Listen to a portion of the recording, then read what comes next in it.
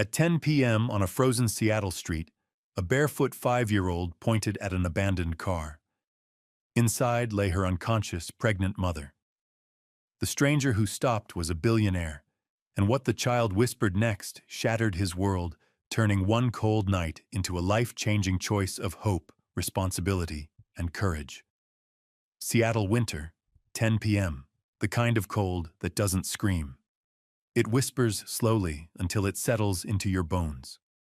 Rowan Vale, 34, walked with no destination in mind.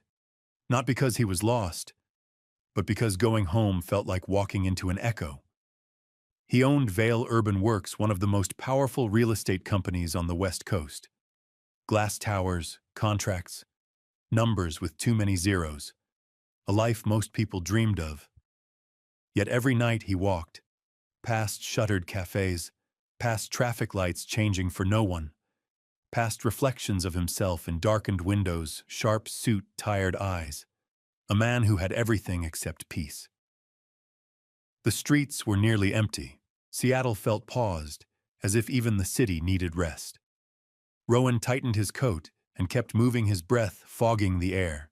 He told himself this walk would calm him like it usually did. That exhaustion would quiet the questions he avoided during the day. Then he saw her, a child, standing completely still on the corner, as if the cold had frozen her in place. Rowan stopped. She couldn't have been more than 5 years old. Too small for the night, too small for the street. She wore pink pajamas patterned with tiny unicorns and a thin jacket that clearly wasn't meant for winter. Bare feet pressed against frozen pavement. Rowan's first instinct was denial. Maybe her parents were nearby. Maybe he was seeing things. But the street answered with silence. No adult voices, no footsteps rushing toward her, no open doors. Just a little girl and the cold. Rowan felt something shift in his chest. Not fear, but responsibility. He took a careful step closer. "Hey, sweetheart," he said gently. The girl didn't turn, didn't speak. She only lifted her arm and pointed. Rowan followed the direction of her finger. A car, a dark blue Honda, parked a short distance away. Ordinary, unremarkable. The kind of car you wouldn't notice unless someone made you look. Rowan crouched beside the girl, lowering himself to her height. He made sure his voice stayed calm, steady, like adults are supposed to sound when children are scared. "What's over there?" he asked softly. The girl finally looked at him. Her eyes were wide, dark, and shining, but not from crying. They looked like eyes that had already learned something most children never should. Her lips trembled. Not dramatically, not loudly, just enough. "Mommy," she whispered. The word left her mouth like warm air in the cold. Rowan felt it land in his chest. He looked back at the car. The windows were fogged, the inside blurred by condensation. He couldn't see anything clearly. "Okay," Rowan said quietly, more to himself than to her. "Okay. You did the right thing." He stood and walked toward the vehicle, his footsteps loud against the frozen asphalt. He wiped the driver's side window with his sleeve. At first, just shadows, then a woman. Young, pale, unmoving. Rowan's breath caught. He tried the door handle, locked. The other door also locked. He knocked on the glass. "Ma'am, can you hear me?" Nothing. Behind him, the girl stood perfectly still, hugging herself. Rowan turned back to her. "What's your name?" he asked. "Maya," she said quietly. "Maya," Rowan repeated, grounding himself. "I'm Rowan. I'm going to help your mom, okay?" Maya nodded. Then she said something so simply, so honestly, that Rowan would remember it for the rest of his life. "Mommy sleeps better in the car." Rowan swallowed hard. "Not tonight," he said gently. "Not anymore." Rowan scanned the street quickly. His phone was already in his hand. Emergency services dialing as his eyes searched for options. The operator's voice came through, calm, professional. Rowan gave the location, explained the situation. Help was on the way. But time felt heavy. He looked back at the woman in the car. Her breathing was faint, but visible small clouds forming on the glass. Rowan spotted a large stone near the curb. He hesitated not out of fear, but care. He didn't want to frighten Maya. "Maya," he said, turning to her, "I'm going to make a loud noise to help your mom. I'm right here." Maya nodded again. She didn't cover her ears. She didn't run. She stood her ground. Rowan struck the window once. The glass shattered with a sharp crack echoing through the empty street. Rowan immediately shielded the opening with his coat sleeve, clearing a safe space before reaching in. Cold air rushed into the car as he unlocked the door and opened it fully. The woman was unconscious but breathing, very pregnant, too close to danger. Rowan spoke calmly, as if she could hear him. "You're not alone. Help is here." He turned to Maya, keeping his voice steady. "We're going somewhere warm now. You're coming with me." Maya stepped forward, her small bare feet moving carefully across the frozen ground. Rowan wrapped her gently in his coat, before lifting her mother with careful strength, supporting her properly, responsibly. No rushing, no panic, just quiet urgency. As Rowan carried them toward his car, Maya held tightly to her mother's sleeve. The city remained cold, but something had already begun to change. The inside of Rowan's car felt like a different world. Warm air poured from the vents the moment he started the engine. The contrast was so sharp, it almost hurt. Maya climbed into the back seat without being told, her small hands immediately reaching for her mother's fingers. Rowan adjusted the mirror. The woman's face was pale, her breathing uneven but present. That was enough. Enough to act. Rowan drove not wildly, not recklessly, but with a focus that erased everything else. Red lights slowed him for seconds that felt far too long. He kept one eye on the road, the other on the reflection behind him. "Maya," he said calmly. "What's your mom's name, Elise?" She answered softly. Elise, Rowan repeated, speaking it aloud, as if that might anchor her to the moment. "Okay? Elise, we're taking you somewhere safe." Maya nodded, pressing her cheek against her mother's arm. The city blurred past the windows. Rowan followed the GPS, his jaw tight, his hands steady on the wheel. He had negotiated deals under pressure, made decisions that moved thousands of lives. But nothing felt heavier than this drive. "Is my mommy going to wake up?" Maya asked quietly. Rowan chose his words carefully. Not false promises, not fear. "She's strong," he said, "and you were very brave. You did exactly what you were supposed to do." Maya thought about that for a moment. "I didn't want her to be alone," she said. Rowan's throat tightened. "You made sure she wasn't," he replied. The hospital lights appeared ahead, bright, clear, real. Rowan pulled into the emergency entrance and stopped the car before it fully settled into park. He was out of the vehicle in seconds, calling for help, his voice firm but controlled. Nurses appeared almost immediately, moving with practiced speed. Rowan explained quickly, efficiently. He didn't exaggerate. He didn't dramatize. He trusted the process. As they lifted Elise onto a stretcher, Maya stood very still, watching with wide eyes. Rowan knelt beside her. "They're taking care of her now," he said. "You did great." Maya nodded again. For the first time since Rowan had seen her, her shoulders relaxed just a little. Hospitals had their own sense of time. Minutes stretched. Sounds echoed softly. Every tick of the clock felt louder than it should. Rowan sat beside Maya in the waiting area, offering her a warm blanket a nurse had brought. Maya accepted it without a word, wrapping it tightly around herself like something precious. She swung her feet slowly above the floor. Rowan noticed then, really noticed, how small she was. 5 years old, alone enough to be brave. "Are you cold now?" he asked. She shook her head. "It's warm here." Good, Rowan thought. That was one problem solved. A nurse approached with gentle professionalism. "Your mom is being taken care of," she told Maya. "The doctors are helping her and the baby." Maya nodded politely. After the nurse left, Maya looked at Rowan. Are you going to go away? The question caught him off guard. No, he said immediately. I'm right here.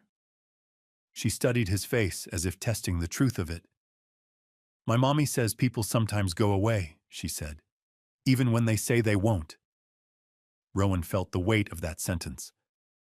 I'm not going anywhere tonight, he replied. I promise. That seemed to satisfy her. Time passed quietly. Rowan didn't pull out his phone, didn't check messages. Nothing outside this hallway mattered. Finally, a doctor appeared. Rowan stood heart-pounding despite himself. The doctor smiled, not wide, not dramatic, but sincere. Your mom is okay, he said, addressing Maya first, and the baby too. You have a little brother? Maya's eyes widened. A baby, she whispered. Yes, the doctor said kindly. A healthy one. Maya turned to Rowan slowly, disbelief blooming into joy. Rowan smiled back, feeling something loosen inside him that he hadn't known was tight. They were allowed into the room briefly. Elise lay in bed, exhausted but awake, holding a tiny newborn wrapped in soft hospital blankets. Maya climbed carefully onto the bed and leaned against her mother's side. Elise kissed her hair, eyes shining. You saved us, she whispered. Rowan stayed near the door. He didn't step into the frame. Some moments were meant to be protected, not claimed. Morning light changed everything. It softened the hospital room, made the night feel like something survivable, something already past. Rowan returned early, earlier than he ever woke for work. Elise was sitting up now, holding her baby. She looked fragile but present. Very present. Maya sat beside her, drawing with crayons a nurse had given her. Elise looked up when Rowan entered. Her eyes widened slightly, not fear but surprise. You came back, she said quietly. I said I would, Rowan replied simply. They introduced themselves properly this time. Elise Harper, she said. And this is Maya, and Noah, Maya added proudly, pointing at the baby. Rowan smiled. That's a good name. Elise hesitated, then said, I didn't even get to thank you last night. You don't have to, Rowan replied. How are you feeling? Tired, she said honestly. But grateful. There was a pause, the kind that carries an unspoken question. Rowan didn't rush it. Finally, he asked gently, Do you have somewhere safe to go after you're discharged? Elise looked down at Noah. We'll manage, she said carefully. Rowan heard the gap between the words. Maya looked up from her drawing and added without drama, We were staying in the car. The room went quiet. Rowan didn't react outwardly. He didn't let shock show. He just nodded slowly. I have a house, he said. It's close, and it's very empty. You can stay there for a while, just until you're steady. Elise looked at him sharply. Suspicion, pride, fear. Why, she asked. Rowan met her gaze. Because last night your daughter trusted a stranger, and she was right to. I don't take that lightly. Maya looked between them. He's nice, Mommy, she said, and he didn't yell. Something passed through Elise's face, something painful, then something hopeful. Only until I can stand on my own, Elise said finally, and I won't take charity. Rowan nodded. Agreed. Outside, the city woke up. Inside that room, something else did too. Not rescue, not romance, but the fragile beginning of trust. Rowan's house stood quietly at the end of a tree-lined street in North Seattle. Glass, steel, clean lines. Beautiful but distant. Maya stepped out of the car and tilted her head back, trying to see where the house ended. It's bigger than our old building, she said, not exaggerating, just observing. Rowan smiled faintly. It is. Inside the house greeted them with silence. Not the peaceful kind, the hollow kind, the kind that echoed footsteps and swallowed voices. Elise noticed it too. She held Noah a little closer. Rowan led them upstairs, explaining nothing, not showing off. He stopped at a guest room, large, warm, with sunlight spilling through wide windows. "This can be yours," he said. "Just for now." Elise looked around, slowly, cautious. "It's very generous." "It's empty," Rowan replied. "It might as well be useful." Maya peeked into the next room, smaller but bright. "Is this one?" she asked carefully. Rowan nodded. "If you want it." Maya walked in as if entering something fragile. She touched the bedspread, sat down, stood up again. "It's really mine?" she asked. "Yes," Rowan said. "While you're here." Her face changed, not excitement, not shouting, just quiet wonder. "I never had my own room," she whispered. Elise turned away slightly, pretending to adjust Noah's blanket. Later, Rowan noticed Elise scanning the room. "There's no crib," she said, apologetic, as if it were her fault. Rowan paused, then disappeared down the hall. He returned, dragging an old wooden dresser from storage. He removed the drawers, patted the inside carefully with folded blankets and pillows, checking stability twice. "There," he said. "Temporary." Elise stared at him, then laughed softly, surprised by herself. Maya giggled. "That's a baby bed." Rowan smiled, embarrassed. That night, for the first time in years, he ate dinner with company. And for the first time, his house didn't feel oversized. It felt occupied. Dinner was simple. Eggs, vegetables, toast. Elise apologized anyway. Rowan waved it off. "This is better than anything I order," he said, and meant it. Maya ate quietly, sitting straight, as if unsure how much space she was allowed to take. Every few bites, she glanced around the table. Elise noticed. "You can relax, sweetheart," she said gently. "We're okay." Maya nodded but kept eating slowly. After dinner, Elise gave Maya a bath in the large bathroom upstairs. Rowan heard the sound of water, soft voices, laughter that faded quickly like joy still learning to trust itself. Later, the house went quiet. Rowan was in his office when he heard it.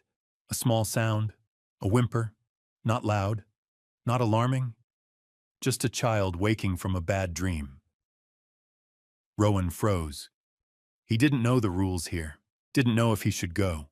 Before he could decide, Elise was already moving.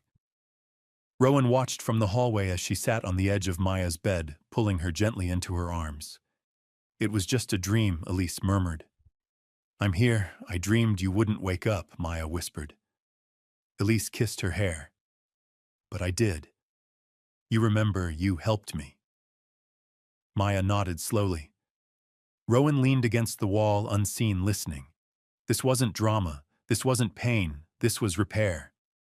After everything settled, Rowan went back to his room. But sleep didn't come easily. The next morning, he stopped at a store on his way to work. He stood in the children's aisle longer than necessary.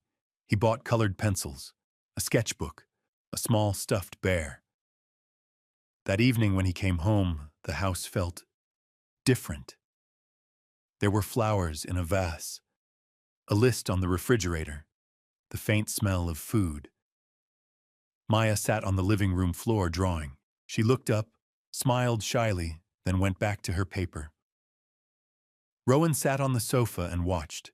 For the first time, silence didn't feel empty. It felt safe. Maya drew every day, sometimes on the floor, sometimes at the desk in Rowan's office, always with complete focus. Rowan learned not to interrupt. One afternoon, she held up a drawing. It was a small house, simple lines, bright colors.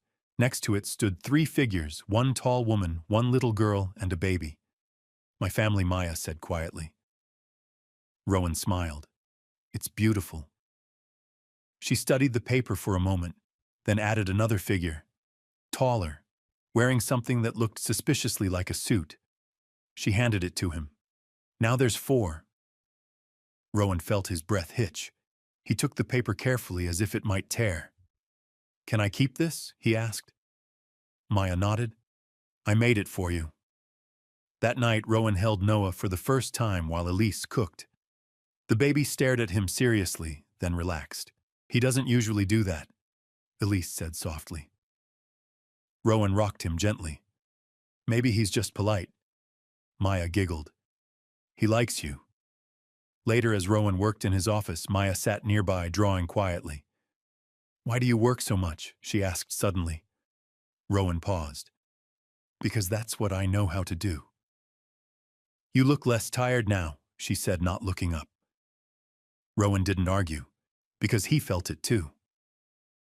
That night, after everyone slept, Rowan gathered Maya's drawings from the floor and placed them carefully into a folder. They weren't art. They were evidence. Evidence that something had entered his life without permission and stayed. The change didn't arrive loudly. It came quietly through small habits. Rowan noticed it one morning when he walked into the kitchen and smelled coffee that he hadn't made. The table was set not formally but thoughtfully. 2 plates, a small bowl of fruit, a folded napkin. Elise stood by the counter, rocking Noah gently against her shoulder while stirring something on the stove with her free hand. Good morning, she said, glancing over. Rowan stopped at the doorway longer than necessary. Good morning, he replied. You didn't have to do all this. Elise smiled faintly. I like having a routine. Maya appeared moments later, hair still messy, wearing her unicorn pajamas. She climbed onto her chair and waited patiently, hands in her lap.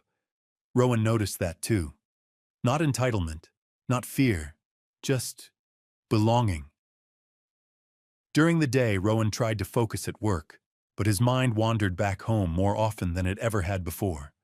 He thought of Maya hunched over her drawings, of Elise quietly organizing the space, of the baby's steady breathing in the improvised crib. That night, Rowan returned to a house that felt warmer than the weather allowed. Maya ran toward him, holding a drawing. Look, it showed a table with 4 stick figures sitting around it, everyone smiling. That's dinner, Maya explained. Like today. Rowan crouched to her level. It's perfect. Later, as Elise prepared food, Rowan noticed how naturally she moved through the space, placing things where they made sense, cleaning as she went, never asking for permission, but never overstepping. She wasn't occupying the house. She was caring for it. That evening, Noah grew restless. Elise tried to calm him while finishing dinner, exhaustion showing at the edges. May I? Rowan asked quietly, gesturing toward the baby. Elise hesitated, then nodded. Rowan held Noah, carefully adjusting his grip until the baby settled. Noah's tiny fingers curled around Rowan's thumb. Rowan froze. Something ancient and unfamiliar stirred in his chest. He's calm, Elise said softly. He usually isn't with new people. Maya looked up from the table and smiled knowingly. He knows you're safe. Rowan swallowed. For the first time in years, his house wasn't just shelter, it was participating. One evening, while Maya colored quietly in the living room, Elise finally spoke about the past. Not dramatically, not to gain sympathy, just honestly. I used to work cleaning offices, she said, folding laundry carefully. It was steady, not easy, but enough. Rowan listened, seated nearby. I worked nights sometimes, Elise continued. It meant fewer hours with Maya, but we managed. Maya didn't look up. She'd heard this before. Then the company changed, Elise said. A merger. Outsourcing. Rowan's attention sharpened. They said it was about efficiency, Elise went on. I was let go on a Friday. No warning. No explanation that mattered. She folded a small shirt slowly. I tried. Temporary work. Savings. But it goes fast when you're alone. Rowan felt a familiar discomfort, numbers he'd signed, meetings he'd led. Where was the company, he asked carefully. Elise named it. Vale Urban Works. The air shifted. Rowan didn't react immediately. He didn't interrupt. He simply let the truth settle. That night, he sat alone in his office, staring at old digital files. He pulled up records from the merger months earlier. Pages of names, roles, departments. He hadn't read them. He'd trusted the system. He'd trusted distance. Now he pictured Maya on the cold sidewalk. He pictured Elise asleep in a car. all from decisions that took him less than 5 minutes to approve. The next morning, Rowan spoke first. "Elise," he said, voice steady but low. "I need to say something." She looked at him cautiously. "I didn't know it was you," he said, "but it was my company, my signature." Elise absorbed that quietly. No anger, no accusation. "I know you didn't choose us specifically," she said, "but that choice reached us anyway." Rowan nodded. "I can't undo what happened," he said, "but I can take responsibility for what comes next." Elise studied him. "What do you mean?" Rowan inhaled slowly. "I want to offer you a job." Elise's first response was immediate. "No." The word came sharp, not rude, but firm. "I won't be anyone's charity case," she said, "especially not because of guilt." Rowan didn't argue. He waited, then he spoke carefully. "This isn't about charity, and it's not about guilt. It's about recognizing capability." Elise frowned slightly. "You don't even know my qualifications." "I do," Rowan replied calmly. "I've been watching you." Elise stiffened. "Not like that," Rowan clarified quickly. "I've watched how you manage this house, how you organize time, how you handle stress without passing it on to your daughter." Elise said nothing. "You already do administration," Rowan continued. "Scheduling, problem-solving, prioritizing. You just don't get paid for it." Maya wandered closer, listening quietly. "You'd work in an administrative role," Rowan said. "Training included. Stable salary, benefits, daycare support." Elise shook her head. "I didn't finish school." "You finished something harder," Rowan replied. "You kept a child safe when everything fell apart." Silence filled the room. Elise looked at Maya, then at Noah, sleeping peacefully. "What if I fail?" she asked quietly. "Then you fail safely," Rowan said. "With dignity, with options." Elise considered that. Finally, she said, "I have conditions." Rowan nodded. "Of course. If I ever feel like I'm here out of pity, I leave." "Agreed."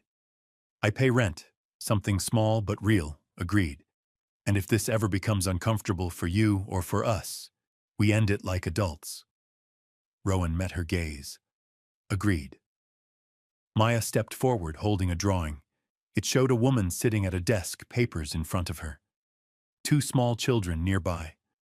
"That's Mommy at work," Maya said matter-of-factly. Elise stared at the picture, then laughed softly through sudden tears. Rowan felt something settle. Not triumph, not rescue, but balance. Outside, the city moved on. Inside the house, a future quietly rearranged itself, not by force, but by choice. The first week after Elise accepted the job offer passed without ceremony. No speeches, no promises written in stone, just days stacking quietly on top of each other. Rowan left for work every morning at the same time, but something had changed. He no longer walked out of the house in silence. There were small sounds now. Elise humming softly in the kitchen, Maya asking questions that didn't need answers, Noah's faint breathing from the makeshift crib. Routine took shape. Elise began work at Vale Urban Works on a Monday. Rowan drove her the first day not as her boss, but as someone who understood how heavy first steps could feel. She was nervous. He could tell by the way she held Noah close by how carefully she adjusted Maya's jacket before they went inside. "You'll be fine," Rowan said quietly. "You already know how to do this. You just don't know it yet." Elise smiled, uncertain but grateful. The days that followed surprised everyone. Elise adapted quickly, learning systems, organizing schedules, asking the right questions. She didn't try to impress. She simply worked. At home, Maya's days grew lighter. She drew for hours. She asked to show Rowan every picture, not for praise, but for attention. Rowan always gave it. He stopped pretending to multitask. He listened. He asked about colors, about shapes, about stories behind stick figures that weren't really stick figures at all. One afternoon, Maya dragged her pencils into Rowan's office and sat cross-legged on the floor. "Can I draw here?" she asked. "Of course," Rowan replied without looking up. She drew quietly for a while, then asked suddenly, "Why do you live alone?" Rowan paused. "I guess I never learned how not to," he answered honestly. Maya nodded as if that made perfect sense. "You're better now," she said. "You smile more." Rowan exhaled slowly. That night, after Elise put Maya to bed, Rowan stayed in the living room organizing the drawings scattered across the floor. He placed them carefully into a folder, smoothing each page as if it mattered. Because it did. They were moments, fragile, unrepeatable. Later, Elise joined him with a cup of tea. "She's attached to you," Elise said gently. "She hasn't had many people stay." Rowan swallowed. "I don't want to confuse her." "You're not," Elise replied. "You're just being kind." Rowan looked at the folder again. For the first time, he understood something unsettling. He wasn't just hosting guests. He was learning how to belong. The house changed slowly. Not structurally, but emotionally. Elise didn't ask permission to organize. She simply did what needed doing. She moved items where they made sense, folded towels, differently placed flowers from the garden into simple vases. Small things, but they accumulated. The living room felt warmer. The kitchen felt alive. The silence softened. Rowan noticed it one evening when he came home late. He expected the usual emptiness, but instead he smelled food. Real food. Not reheated. Not ordered. Elise stood at the stove, sleeves rolled up, focused. Maya sat at the table, drawing, humming to herself. "You're home," Elise said without turning. "I am," Rowan replied, surprised by how good that felt. Dinner was simple but shared. Maya talked about her day, about a bug she found in the garden, about how Noah smiled in his sleep. Rowan listened like it mattered. Because it did. Later that night, Maya had another dream. She didn't cry loudly. She didn't scream. She just stood in the hallway holding her blanket. Rowan found her there. "Hey," he said softly, kneeling. "What's wrong?" She hesitated. "Can I sit with you for a minute?" Rowan glanced toward Elise's room, then nodded. Of course. They sat on the sofa. Maya leaned against him, careful at first, testing. Rowan didn't move. "I dreamed the house went quiet again," she whispered. Rowan felt the weight of that. "It's not quiet now," he said gently. "And it won't be tonight." Maya nodded and closed her eyes. Rowan stayed still until her breathing slowed. Elise watched from the doorway unseen. Later she spoke quietly. "Thank you." "For what?" "For being steady." Rowan shook his head. "She's teaching me that." The next morning, Rowan overheard Maya explaining something to Noah as if he could understand. "This is our home now," she said seriously. "And he's our friend." Rowan stood at the top of the stairs listening. Friend. The word was small, but it held everything. Stability has a strange side effect. It allows truth to surface. Elise received her first paycheck at the end of the month. She stared at it longer than necessary. "It's real," she said softly. "It always was," Rowan replied. But Elise shook her head. "No. This is different. This means we can plan." That word plan sat heavily in the room. "I've been looking at apartments," Elise added carefully. Rowan's chest tightened, though his face didn't change. Maya looked up from her drawing. "A new house, a small one," Elise said gently. "Just for us." Maya frowned. "But this one is nice." "It is," Elise agreed. "And we're very grateful. But this was always temporary." "Temporary." Rowan nodded. "Of course." That night, Rowan couldn't sleep. He walked through the house, noticing the spaces that had changed. The corner where Maya drew. The chair Elise always sat in. The quiet hum of life. He understood the truth, but it didn't make it easier. The next day, Maya handed Rowan a drawing. It showed two houses, one big, one small. a path between them. You can come visit, Maya said seriously. You just have to knock. Rowan smiled, though his eyes burned. I promise, he said. Later, Elise spoke to him privately. I hope you don't think we're leaving because of anything you did. Rowan shook his head. I know why you're doing this. And it's right. I don't want Maya to think people disappear, Elise said quietly. She's already learned too much of that. Rowan nodded slowly. I won't disappear, he said. Not from her life. Elise studied him. You don't have to promise that. I want to, Rowan replied. That night, Rowan placed Maya's drawings into a larger folder, not to put them away, but to keep them close. Because he knew what was coming. And because some connections, even when they change, are meant to last. The move happened on a Saturday morning quietly without drama. There were no tears, no arguments, no raised voices. Only boxes neatly taped. 2 suitcases. A stroller folded carefully by the door. Elise moved with calm efficiency, checking lists, making sure nothing was forgotten. Maya helped in her own way, carrying small items back and forth with solemn concentration, as if this were a serious job, and she was determined not to fail. Rowan watched from the hallway, hands in his pockets, trying not to interfere. He had offered help, of course, and Elise had accepted on her terms. He carried boxes, assembled the baby's crib in the new apartment, tightened screws twice to be sure. Practical things. Things he could control. Maya was quieter than usual. She walked through her room one last time, touching the bed, the desk, the bookshelf that now stood empty.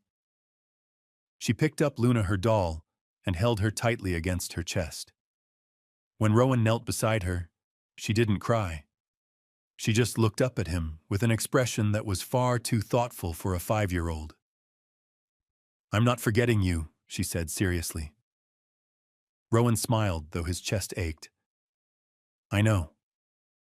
Elise came back into the room, Noah sleeping in her arms. She looked around, once, then nodded, as if closing a chapter inside herself. Ready? She asked gently. Maya nodded. The drive to the new apartment was short. Too short. Rowan followed Elise's car, watching the small figure in the back seat through the window, already missing her before she was gone. The apartment was modest but clean. Sunlight poured in through large windows. Elise smiled as she stepped inside, relief softening her face. It's perfect, she said quietly. It's ours. Rowan helped unload the last box. He stood awkwardly in the living room afterward, unsure what to do with his hands, his time, his presence. Elise approached him. Thank you. For everything. Maya ran forward and wrapped her arms around his legs. You have to come visit, she said, not asking. I will, Rowan replied immediately. They hugged briefly, respectfully, then longer when Elise stepped in and pulled him into an embrace that carried gratitude, affection, and goodbye all at once. Rowan left shortly after. The drive back felt longer than it should have. When he entered his house again, the silence hit him immediately. It was the old silence, the one he used to live inside. Clean, orderly, empty. Maya's room was immaculate, too immaculate. Elise's temporary room no longer held the makeshift crib. The kitchen table had no flowers. No drawings lay scattered on the floor. Rowan sat on the sofa and stared at nothing. For the first time, he didn't distract himself. He didn't open his laptop. He didn't reach for his phone. He let the quiet sit with him. And it hurt. The following weeks passed slowly. Rowan returned to his old routine. Workdays filled with meetings, numbers, strategies. People spoke to him with respect, sometimes with awe. Nothing had changed for them. But something had changed for him. The house remained spotless, yet it felt unfinished. Rowan noticed sounds that weren't there anymore. The scratch of crayons on paper, Maya's soft humming, Elise moving through rooms with purpose. The absence wasn't loud. It was precise, like a missing note in a familiar melody. He visited Elise and the children on Sundays. The apartment was smaller but warmer. There were plants by the window, Maya's drawings taped to the walls, Noah learning to roll over on a soft blanket. Rowan brought groceries, sometimes toys, sometimes nothing at all. He learned to knock before entering. He respected the boundary Elise had worked so hard to build. Maya greeted him with joy every time. Uncle Rowan, she'd shout, launching herself into his arms without hesitation. He let himself enjoy that, carefully, without clinging. Elise flourished at work. Rowan heard the reports from her supervisor, positive, impressed, genuine. Elise didn't ask for favors. She earned her place. One evening, Rowan stayed late at the office. Alone, he reviewed files from the merger again. He scrolled through names, slowly this time. He imagined lives behind them. Children, apartments, cars parked on cold streets. He felt something heavy settle in his chest. Not guilt alone, but clarity. Responsibility didn't end with intention. It continued with awareness. Rowan made changes quietly. New internal policies, expanded safety nets, retraining programs. He didn't announce them. He didn't brand them. He just did the work. One night, as he organized Maya's drawings at home, he found one he hadn't seen before. It showed 4 figures holding hands. Above them, Maya had drawn a word in uneven letters, home. Rowan sat down heavily. He understood then that home wasn't a place he owned. It was a space he helped create and then respected enough to let go. He didn't lose them. He learned how to stand beside them. That difference mattered. 3 weeks after the move, Elise saw him. It happened in a grocery store under fluorescent lights among shelves of ordinary things. The sight was brief, non-confrontational, but it unsettled her deeply. She didn't panic. She didn't run. She finished her shopping, quickly drove home, safely locked the door, and sat down to breathe. That night she called Rowan. "I need to tell you something," she said calmly. "I saw Maya's father today." Rowan listened without interrupting. He didn't say anything, Elise continued. "But I don't want to pretend it didn't happen." Rowan's response was measured, grounded. "Then we do this properly. Together." The next morning they went to the police station. Elise spoke honestly, clearly, without embellishment. The officer listened, explained options, respected her autonomy. An emergency protective order was filed. Elise left feeling lighter, not because the world was suddenly safe, but because she wasn't carrying the responsibility alone. Rowan didn't hover. He didn't take control. He stayed present. Weeks passed. Nothing happened. Life continued. On a sunny Sunday afternoon, Rowan visited again. Maya ran to him holding a new drawing. "This is us at the park," she explained, "and this is you coming back home." Rowan smiled gently. "Which home?" Maya shrugged. "Both." Elise watched from the kitchen, Noah on her hip. Later, as they shared a simple meal, Rowan spoke honestly. "I used to think being strong meant not needing anyone," he said. "Now I know it means choosing to stay connected, even when it's easier not to." Elise nodded. "And I used to think accepting help meant losing myself." They shared a quiet understanding. That evening, as Rowan prepared to leave, Maya hugged him tightly. "You didn't go away," she said. "No," Rowan replied. "I didn't." As he drove home, Rowan realized something profound. He hadn't rescued anyone, and he hadn't been rescued either. They had simply met each other at the right moment and chosen responsibility over distance, kindness over comfort, presence over power. And that choice changed everything. Rowan returned to his house later than usual that night. The driveway lights turned on, automatically illuminating a place that still looked exactly the same from the outside. Clean lines, perfect symmetry, a quiet monument to success. Inside, the air felt still, not empty in the old way, but aware. Rowan took off his coat and stood in the entryway longer than necessary, listening. There was no humming from the kitchen, no soft footsteps upstairs, no quiet laughter drifting from another room. Yet the house felt different now, because it remembered. Rowan walked slowly through the living room, his steps echoing against the floor.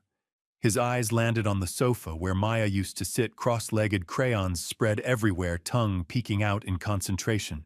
He could almost hear the scratch of pencil against paper. In the kitchen, the table was spotless, but Rowan imagined the way Elise used to set it, not fancy, just intentional.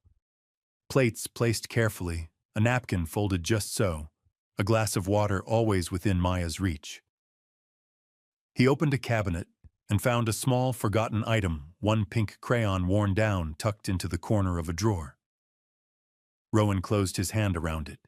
He sat at the table and let the memory arrive without pushing it away. For the first time, he didn't feel the urge to fill the silence. He let it speak. He understood now that some homes are not meant to be held onto. They are meant to teach. Later, Rowan took out the folder of drawings and spread them carefully across the table. Houses, flowers, stick figures holding hands, a path between two homes, a word written in uneven letters, home. Rowan didn't cry, but something inside him loosened, finally unknotted. That night, he made a decision, not impulsive, not emotional, quiet, certain. The next morning, Rowan went to the office earlier than usual. He called a meeting with his senior team and introduced changes he had already drafted. Policies that placed people before margins, safeguards, accountability, no speeches, no branding, just responsibility. As he signed the final document, Rowan thought of a small girl standing barefoot on a cold street, pointing, not asking, not demanding, just trusting. And he honored that trust the only way that mattered, by changing how he lived. Life settled into something steady. Elise's apartment grew warmer with time. The walls filled with drawings, the plants by the window thrived. The kitchen smelled like real meals and quiet effort. Maya adjusted easily. Children often do when safety becomes consistent. She went to school, she made friends, she drew constantly. Noah learned to crawl, then pull himself up using the edge of the sofa. His laughter came easily, like it had never known fear. Rowan visited regularly, but never unannounced. He knocked, always. Maya would fling the door open with a grin that never failed to reach her eyes. Uncle Rowan. He brought books, art supplies, sometimes nothing at all. He learned that presents didn't require gifts. One afternoon, Rowan arrived to find Maya sitting at the small kitchen table, completely absorbed in a drawing. Elise was nearby sorting paperwork for work, calm and focused. "What are you making?" Rowan asked. Maya didn't look up. "I'm drawing how things are now." The picture showed a small apartment, bright windows, 3 figures inside, one figure outside waving with a path connecting them. Rowan smiled. "And that's me." Maya nodded. "You don't live here, but you're still with us." Elise looked over, her expression soft but serious. "That's exactly how it is," she said. Later, while Noah napped, Elise and Rowan spoke quietly. "I want you to know," Elise said, "we're okay. Really okay." Rowan nodded. "I can see that. And I need you to know something else," she continued. "You didn't save us. You gave us space to save ourselves." Rowan absorbed that slowly. I think he replied, "You saved me first. You just didn't know it." Elise smiled, but said nothing. That evening, Rowan helped Maya pack her school bag for the next day. She lined up her pencils, carefully counting them. "Do you ever get scared now?" Rowan asked gently. Maya thought for a moment. "Sometimes." "And what do you do?" "I draw," she said simply. "And Mommy helps. And you come back." Rowan nodded. That was enough. Months later, winter returned to Seattle. Not as cruel as before, just cold enough to remember. Rowan walked the same streets one evening, coat collar turned up against the wind.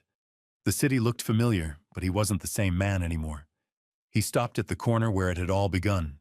The streetlight buzzed softly overhead. Cars passed occasionally. People hurried home wrapped in their own lives. No little girl stood there now, but Rowan could still see her. 5 years old. Unicorn pajamas, bare feet. An arm raised, not begging, not pleading, just pointing. Trusting. Rowan closed his eyes briefly. He didn't feel pain anymore. He felt gratitude. His phone vibrated. A message from Elise Maya got an award at school today. Best art project. A second message followed, a photo attached. Maya stood in a classroom holding a drawing proudly. Bright colors, 4 figures, 2 homes connected by a winding path. Rowan smiled. He replied simply, "Tell her I'm proud of her." Moments later, another message arrived. "She says I knew you would be." Rowan laughed quietly, breath fogging the air. He turned away from the corner and walked home, not to a silent house, but to a life that felt anchored. Because home was no longer a place he owned. It was a responsibility he carried, a relationship he protected, a promise he kept. And somewhere across the city, a little girl was drawing a future one line at a time without fear. Because one night she pointed, and an adult chose to listen. Did this story leave a lasting impression on you? We'd love to hear your thoughts. Leave a comment, rate it from 1 to 10, and tap the end screen to see another heartwarming story waiting for you. Don't forget to like, share, and subscribe, then tap the bell icon so you don't miss any new stories. Until our next story.